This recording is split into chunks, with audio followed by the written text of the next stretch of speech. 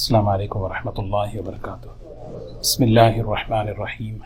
الحمد للہ نحمده ونستعینه ونستغفره ونؤمن به ونتوکل علیہ ونعوذ باللہ من شرور انفسنا ومن سیئات اعمالنا من يهده الله فلا مضل له ومن يضلله فلا هادي له ونشهد أن لا إله إلا الله وحده لا شريك له ونشهد أن سيدنا وحبيبنا ونبينا مولانا محمدا عبده ورسوله صلى الله تبارك وتعالى عليه وسلم، أما بعد فأعوذ بالله من الشيطان الرجيم، بسم الله الرحمن الرحيم، إنما يوفى الصابرون أجرهم بغير حساب، وقال النبي صلى الله عليه وسلم الصلاة نور والصدقة برهان والصبر ضياء، او کما قال علیہ الصلاۃ والسلام۔ قابل احترام بزرگ و دوستو، ایک حدیث ہے نبی پاک صلی اللہ علیہ وسلم کی، اللہ کے رسول صلی اللہ علیہ وسلم کی خدمت میں مال غنیمت کا مال آیا۔ اللہ کے رسول صلی اللہ علیہ وسلم نے اس مال کا جو 5واں حصہ ہے اس حصے کو ان لوگوں میں تقسیم کیا جو نئے نئے اسلام میں داخل ہوئے تھے، ان کی دلجوئی کے لیے اور ان کی ضرورتوں کا خیال کرتے ہوئے۔ یہ بات اس لیے عرض کی جا رہی ہے کہ اللہ کے رسول صلی اللہ علیہ وسلم کی زندگی میں جو حالات آئے، ان حالات پر آپ نے جو صبر کیا، برداشت کیا، وہ ہمارے لیے ایک نمونہ ہے۔ دنیا میں حالات آتے ہیں، انسان حالات سے گزرتا ہے۔ بعض حالات وہ ہیں جو ہمارے اختیار میں، اس کا دور کرنا ہمارے اختیار سے باہر ہے، کیونکہ انسان جو ہے کبھی حالات پسند نہیں کرتا، لیکن جب بھی حالات آتے ہیں تو دو قسم کے، ایک قسم وہ ہے کہ انسان کے اختیار کے باہر ہی کہ ان کو دور کیا جائے، جیسے کسی کا انتقال ہو جائے، یہ کس کے اختیار میں ہے؟ مال میں نقصان ہو جائے، اس کو دور کس کے اختیار میں ہے؟ بعض حالات ایسے ہیں جو اللہ تعالیٰ نے ہمارے اختیار میں رکھا ہے کہ اس کو ہم اچھے طریقے سے ڈیل کر سکتے ہیں۔ اس میں دو حضور اکرم صلی اللہ علیہ وسلم کے واقعے ہیں آپ کی سیرت میں۔ تو میں عرض یہ کر رہا تھا کہ حضور اکرم صلی اللہ علیہ وسلم کے پاس جب مال آیا تو اس مال کا 5واں جو حصہ خمس ہے، اس کو آپ نے جو ہے ان لوگوں میں تقسیم کیا جو نئے نئے اسلام میں داخل ہوئے تھے۔ اللہ کے رسول صلی اللہ علیہ وسلم کی تقسیم انصاف پر تھی۔ آپ کہتے تھے کہ انما انا قاسم واللہ یعطی، میں تقسیم کرنے والا ہوں، اللہ دینے والا ہے، اللہ دینے والے ہیں، اور آپ کی تقسیم انصاف پر، احسان پر ہوتی تھی۔ جب وہ مال تقسیم ہوا تو کسی ایک نے کہا یہ تقسیم برابر نہیں ہوئی، اور اس تقسیم میں اللہ کی خوشی کو اور اللہ کی رضا کو ملحوظ نہیں رکھا گیا۔ کتنی بڑی بات سوچیں، یہ کیا کوئی عام آدمی کہہ رہا ہے، اور کس کے لیے کہہ رہے ہیں؟ نبی پاک صلی اللہ علیہ وسلم، کہ اس تقسیم میں آپ نے اللہ کی رضا کو جو ہے لحاظ نہیں رکھا۔ ہم میں سے اگر کسی کو کوئی کہہ دے بات، کتنی دل کو ہفتہ بھر، مہینہ بھر آدمی دل پہ رکھتا ہے، آدمی جو ہے اس میں سوچتا رہتا ہے۔ اسلام جو ہے سکون کا مذہب ہے، زندگی کو کیسے پرسکون بنایا جائے، زندگی کو کیسے عافیت میں رکھا جائے، یہ ہے نمونہ نبی پاک صلی اللہ علیہ وسلم۔ تو عبداللہ ابن مسعود رضی اللہ تعالیٰ عنہ نے یہ جملہ سن لیا اور جا کر اللہ کے رسول صلی اللہ علیہ وسلم سے فرمایا کہ کوئی آدمی آپ کے بارے میں اس طرح کہتا ہے کہ آپ نے تقسیم میں جو ہے انصاف نہیں کیا، اللہ تعالیٰ کی رضا کو جو ہے لحاظ نہیں کیا۔ اللہ کے رسول صلی اللہ علیہ وسلم کو بہت ناگوار، بہت طبیعت پر بہت بوجھ ہوا، کیونکہ انبیاء علیہ الصلاۃ والسلام کو طبعی حالات پر بوجھ ہوتا ہے، بخار کا اثر آتا ہے، کسی کا انتقال ہو تو رونا آتا ہے، کوئی چیز دیکھے تو گھبراتے ہیں۔ موسیٰ علیہ السلام سانپ دیکھے تو گھبرا گئے۔ یہ گھبرانا نبوت کے شان کے خلاف نہیں ہے۔ اللہ نے کہا موسیٰ یہ سانپ نہیں ہے، عصا ہے، پکڑیے۔ اچھا، جب اس کو پکڑا تو اللہ تعالیٰ نے دوبارہ اس سانپ کو جو ہے عصا کی شکل میں لوٹا، ورنہ موسیٰ علیہ السلام اس کو دیکھ کر دوڑ رہے تھے۔ کیوں بھائی، کیا نبی کو اللہ کے سانپ کا ڈر ہے؟ سانپ سے تو ہر انسان ڈرتا ہے، یہ ڈرنا نبوت کے شان کے خلاف نہیں ہے۔ تو حضور اکرم صلی اللہ علیہ وسلم کے دل پر جب یہ بات لیکن آپ نے اس حال کو، اس واقعے کو کس طرح سے ڈیل کیا، یہ بات اصل ہے۔ یہ چیز آدمی سیکھے، اللہ کے رسول صلی اللہ علیہ وسلم نے اس موقع پر ایک بات فرمائی، فرمایا اس سے زیادہ حالات اور اس سے زیادہ تکلیف تو موسیٰ علیہ السلام پر آئی ہے، حالانکہ آپ خود فرمایا کرتے تھے اوذیت فی اللہ ما لم یؤذ احد، جتنا مجھے ستایا گیا اتنا کسی کو نہیں ستایا گیا، جتنا مجھے ڈرایا گیا اتنا کسی کو نہیں، اتنا سخت آپ پر حالات آئے ہیں، لیکن امت کو ایک نمونہ بتانے کے لیے کہ دنیا میں جب ہم مل کر رہتے ہیں تو ایک بھائی کسی بھائی کو کچھ بول دیتا ہے، ایک رشتہ دار کسی رشتہ دار کو کچھ کہہ دیتا ہے، دوست کو کہہ دیتا ہے، تو کیا کیا جائے؟ اللہ کے رسول صلی اللہ علیہ وسلم نے اخلاق کا اعلیٰ معیار پیش کیا۔ صبر یہ ہے کہ اس کو برداشت کر لیں، اور صبر کا اعلیٰ معیار یہ ہے کہ جس سے ناگواری پہنچی ہے، جو بات میری طبیعت کے خلاف کسی نے کہی ہے اس کے ساتھ اچھا معاملہ کریں۔ یہ چیز ہمیں پریکٹیکل زندگی میں، روزانہ کی زندگی میں اس کو لانا ہے، ہوتا ہے۔ اسی لیے اللہ کے رسول صلی اللہ علیہ وسلم فرماتے ہیں لیس الواصل بالمکافی، بخاری شریف کی روایت ہے لیس الواصل بالمکافی، جوڑنا، رشتوں کو جوڑنا، اس کا مطلب یہ نہیں کہ جیسا آپ کریں گے ویسا میں کروں گا، عزت دو عزت لوگے، یہ معاملہ نہیں ہے، یہ صلہ نہیں ہے، یہ رشتہ نہیں ہے۔ لیس الواصل بالمکافی، مکافات کہتے ہیں نا، برابر برابر، ہاں، گیو ریسپیکٹ ٹیک ریسپیکٹ، کہ بھئی عزت دو عزت دو، یہ عزت لو، یہ معاملہ اسلام نے نہیں سکھایا۔ اللہ کے رسول صلی اللہ علیہ وسلم نے وضاحت فرمائی۔ ایک حدیث ہے، نبی پاک صلی اللہ علیہ وسلم فرماتے ہیں کہ جب کسی پر کوئی حالات آتے ہیں، آزمائش آتی ہے کسی بھی طرح سے، بندہ جب صبر کرتا ہے تو اللہ تعالیٰ اس کو مجتبی فرماتے ہیں، کہتے ہیں یہ میرا مجتبی ہے، اور اس حال پر وہ راضی ہو جائے، میرے اللہ کی یہی رضا ہے، میں بھی راضی ہوں، اللہ اسے مصطفیٰ بناتے ہیں۔ یہ دو نام ہیں حضور اکرم صلی اللہ علیہ وسلم کے القاب ہیں، مجتبی، مصطفیٰ، یعنی اردو میں اس کا معنی ہے مجتبی، مصطفیٰ کے معنی ہیں چن لینا۔ مجتبی کہتے ہیں چنا ہوا، مصطفیٰ کہتے ہیں چنا ہوا، لیکن دونوں میں بہت فرق ہے عربی کے اعتبار سے۔ علماء نے اس کی ایک مثال دی، دیکھو ایک آدمی جو ہے اپنے دوست کے باغ میں گیا، اس کا دوست خوش ہو کر یعنی چلو سیب کا باغ سمجھا، اس باغ سے جو ہے نا سارے پھل توڑ کر جو ہے نا ایک ٹوکرا اس کے پاس لایا کہ بھی کہ آپ کی خدمت میں یہ ہے مجتبی، پورے باغ میں سے کچھ پھلوں کو چن کر لا کے رکھ دیا، تو وہ آدمی دیکھتا ہے کہ اتنے سارے پھل، اس میں سے اس نے کچھ کو چنا، یہ مصطفیٰ ہے۔ سمجھ رہے آپ؟ پوری انسانیت میں آدم علیہ السلام سے لے کر آخر تک اللہ تبارک و تعالیٰ نے پوری انسانیت میں سے نبی پاک صلی اللہ علیہ وسلم کو چنا ہے، یہ ہیں مجتبی۔ اور جتنے انبیاء علیہ السلام تھے ان میں اللہ نے حضور صلی اللہ علیہ وسلم کو منتخب کیا، اس کا نام ہے مصطفیٰ، اس کا نام ہے مصطفیٰ، اللہ نے مجھ چنا ہے۔ وحین رضی، اللہ تعالیٰ خوش، جب بندہ اللہ تعالیٰ کی طرف سے آنے والی آزمائشوں پر خوش ہوتا ہے، خوش کا مطلب ہے راضی ہونا، ہاں، کہ راضی برضا ہو تو مزہ دیکھ، دنیا میں رہتے ہوئے جنت کی فضا دیکھ۔ جب بندہ اللہ کے فیصلے پہ راضی ہو جاتا ہے، اللہ اس کی دنیا کو جنت ہی بنا دیتے، اس کی دنیا جنت بن جاتی ہے۔ تو اللہ کے رسول صلی اللہ علیہ وسلم نے اس موقع پر کیا بتایا؟ اس سے زیادہ حالات تو موسیٰ علیہ السلام پر آئے ہیں، اس سے زیادہ حالات موسیٰ علیہ السلام پر آئے ہیں۔ تو یہ نبی پاک صلی اللہ علیہ وسلم نے ہمیں سکھایا ہے کہ جب حالات آئیں تو ان حالات کو کیسے ڈیل کریں، ہاں، کیونکہ اگر حالات، حضرت عمر رضی اللہ تعالیٰ عنہ کا ارشاد ہے، اتنا حضور صلی اللہ علیہ وسلم نے صحابہ کی جو تربیت فرمائی، آپ نے ان کو ایمانی جو تربیت فرمائی اور ان کی زندگیوں میں ایمانی صفات جو پیدا کیے ہیں، وہ دیکھنے کے ایک ایک صحابی میں جو اخلاق تھے، شکر کا، صبر کا، اللہ کے فیصلوں پہ راضی ہونے کا، یہ سب اللہ کے رسول صلی اللہ علیہ وسلم کی صحبت کی برکت تھی، یہ آپ ہی کی برکت ہے۔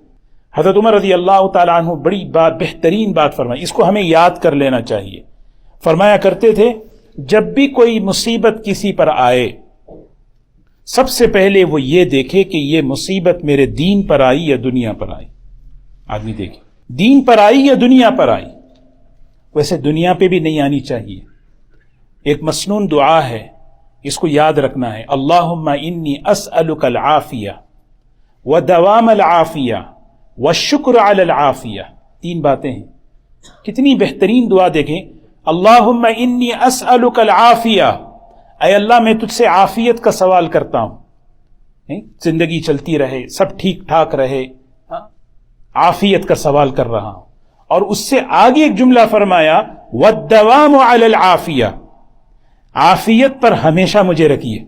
ایک ہے میں اللہ سے مانگے اے اللہ عافیت دے، لیکن وہ عافیت کنٹینیو ہو، وہ عافیت دنیا میں بھی ہو، بڑھاپے میں بھی ہو، موت کے وقت بھی ہو، قبر میں بھی ہو، اللہ کے سامنے کھڑا ہوں اس وقت بھی ہو، زندگی کے کسی حال میں عافیت سے میں بے نیاز نہ ہو جاؤں. الدوام علی العافیہ، اے اللہ اس عافیت پر مجھے ہمیشہ باقی رکھ. اور پھر تیسری بات فرمائی والشکر علی العافیہ، اے اللہ عافیت پر شکر کی توفیق دے. اور اللہ تعالیٰ کی سنت ہے بندہ جب کسی نعمت پر شکر کرتا ہے اللہ اس کی نعمت میں اضافہ فرماتے. شکر علی العافیہ، دیکھ کتنی بڑی چیز ہے. اللہم انی اسألک العافیہ والدوام علی العافیہ والشکر علی العافیہ، اے اللہ میں تجھ سے عافیت کا سوال کرتا ہوں، اے اللہ وہ عافیت ہمیشہ میرے ساتھ رہے، اس کے میں تجھ سے مانگتا ہوں، اور مجھے توفیق دے اس بات کی کہ یہ عافیت جو تو نے مجھے دی ہے اس نعمت کا شکر ادا کروں. اس سے ہوگا کیا؟ اس نعمت میں ترقی ہوگی، اس نعمت میں برکت ہوگی. اور لئن شکرتم لازیدنکم، عافیت پر شکر کرتے رہو گے اللہ تعالیٰ عافیت میں اور اضافہ فرماتے رہیں گے. تو میں عرض یہ کر رہا تھا کہ کبھی بھی آدمی جو ہے دیکھے کوئی بھی مصیبت آئے، میرے دین پر آنے کا مطلب کیا ہے؟ نمازوں کی پابندی ختم ہو گئی، نماز چھوٹ گئی. من ترک الصلاۃ متعمدا، سوچے جان بوجھ کر ایک فرض چھوڑنا کتنا بڑا گناہ. ایک عصر کی نماز اگر کسی سے جان بوجھ کر اگر کوئی چھوڑ دے فقد حبط عملہ واہلہ، ایسا ہے کہ اس کے گھر، اس کا سب کچھ ضائع ہو جائے. کتنا بڑا نقصان، گھر والے یعنی ضائع ہو جائے، اس سے بڑا نقصان ہے ایک نماز کا چھوڑنا. سمجھ رہے نا؟ یہ چیز ہے کہ یہ چیز میرے کس پر آئی؟ میرے دین پر آئی. اسی لیے حضور صلی اللہ علیہ وسلم دعا مانگتے تھے اللہم لا تجعل مصیبتنا فی دیننا، اے اللہ میرے دین پر مصیبت نہ لائے. نماز نکل گئی، فرائض چھوٹ گئے، زکوٰۃ ادا نہیں ہو رہی، روزے نہیں ہو رہے. سمجھ رہے؟ یہ سب سے خطرناک. اچھا اگر دنیا پر آئی ہے عافیت اللہ سے مانگے، لیکن اگر اللہ کے مقدر میں یہ فیصلہ ہے، اگر کوئی آزمائش آئے، پھر ہمیں یہ اسلام سکھاتا ہے، نبی پاک صلی اللہ علیہ وسلم ہمیں یہ بتاتے ہیں اب یہ سوچو کہ یہ دنیا پر آئی ہے، دنیا تو گزرنے والی ہے، دنیا باقی رہنے والی نہیں ہے، دنیا کی بھی رہنے والی ہے. سبحان اللہ. نبی پاک صلی اللہ علیہ وسلم کی سیرت پڑھنا ہے. اللہ کے رسول صلی اللہ علیہ وسلم کا آخری وقت ہے. بخاری شریف کی روایت ہے، حضرت انس رضی اللہ تعالیٰ عنہ فرماتے ہیں لما ثقل النبی صلی اللہ علیہ وسلم، جب اللہ کے رسول صلی اللہ علیہ وسلم پر بیماری کی شدت بڑھ گئی، سخت قسم کی بیماری بڑھنے لگی، جس بیماری میں آپ دنیا سے رخصت ہوئے، آپ پر بے ہوشی طاری ہوئی. آپ بے ہوش ہو رہے تھے، تھوڑی دیر بعد جاگ رہے تھے، بے ہوش ہو رہے ہیں، تھوڑی دیر میں جاگ رہے ہیں. حضرت فاطمہ رضی اللہ تعالی عنہا آئیں، بڑی محبوب ترین بیٹی، 4 بیٹیاں ہیں، حضرت زینب، حضرت رقیہ، حضرت ام کلثوم. سوچے نبی پاک صلی اللہ علیہ وسلم کے حالات پر کہ 3 بیٹیاں آپ کے سامنے دنیا سے رخصت ہوئی. حضرت زینب رضی اللہ تعالی عنہا اس نیزے کی وجہ سے جو حبار ابن اسود نے حملہ کیا تھا، حمل کی حالت میں تھی، اس زخم کو تاب نہ لا کر وہ دنیا سے رخصت ہوئی. حضرت رقیہ رضی اللہ تعالی عنہا آپ بدر میں ہیں، بیٹی کا انتقال ہوا ہے، حضرت عثمان رضی اللہ تعالی عنہ نے دفن کر دیا، آپ تشریف لا رہے ہیں، بیٹی کے جنازے پہ نہیں تھے. حضرت ام کلثوم رضی اللہ تعالی عنہا تیسری بیٹی ہیں، آپ کے سامنے بیٹی کا جو ہے 3 بیٹیاں آپ کے سامنے. کیا حالات، آدمی کس چیز کی شکایت کرتا ہے؟ میں پریشان میں. یہ آدمی پڑھے اللہ کے رسول صلی اللہ علیہ وسلم کی سیرت کو دیکھے. 4تھی بیٹی ہیں حضرت فاطمہ رضی اللہ تعالی عنہا. اتنی محبت آپ فرمایا کرتے تھے کہ حضرت فاطمہ کے آنے پہ آپ کھڑے ہو جاتے اور ان کی پیشانی کا بوسہ لیتے اور اپنی جگہ بٹھاتے. اللہ کے رسول صلی اللہ علیہ وسلم جب دنیا سے رخصت ہوئے، حضرت فاطمہ رضی اللہ تعالی عنہا اللہ کے رسول صلی اللہ علیہ وسلم کے روضہ اطہر کو دیکھ کر کہتی تھی اذا اشتدت شوقی زرت قبرک باکیا انوح واشکو لا اراک مجابیا یا ساکن البطحا علمتنی البکا ذکرک انسانی جمیع المصائب۔ اور ایک تیسرا شعر بڑا عجیب ہے، صبت علی الایام صبت علی مصائب لو انہا صبت علی الایام سرن لیالیا۔ حضرت فاطمہ رضی اللہ تعالیٰ عنہ فرماتی ہیں جب آپ میں زندگی میں یہ ہوتا تھا کہ جب میں آپ کے پاس آتی تو آپ کھڑے ہو جاتے، آپ مجھ سے ملتے، آپ میرا پیشانی کا بوسہ لیتے۔ آج میں آپ کے روضے اطہر کے سامنے کھڑی ہوں، میں رو رہی ہوں لیکن کوئی جواب نہیں آ رہا۔ بیٹی شکایت کر، پھر کہتی ہیں یا ساکین البطحا، اے کھجوروں کی جھرمٹ میں رہنے والے، اے کھجوروں کے شہر میں رہنے والے، جب بھی کوئی تکلیف آتی ہے آپ پر درود پڑتی ہوں، اس درود کی برکت سے اللہ وہ تکلیف دور کر دیتے ہیں۔ پھر فرمایا کہ آپ کے دنیا سے رخصت ہونے کے بعد ایسی مصیبت مجھ پر آئی ہے، اگر وہ حالات دن پر آتے تو دن رات ہو جاتی۔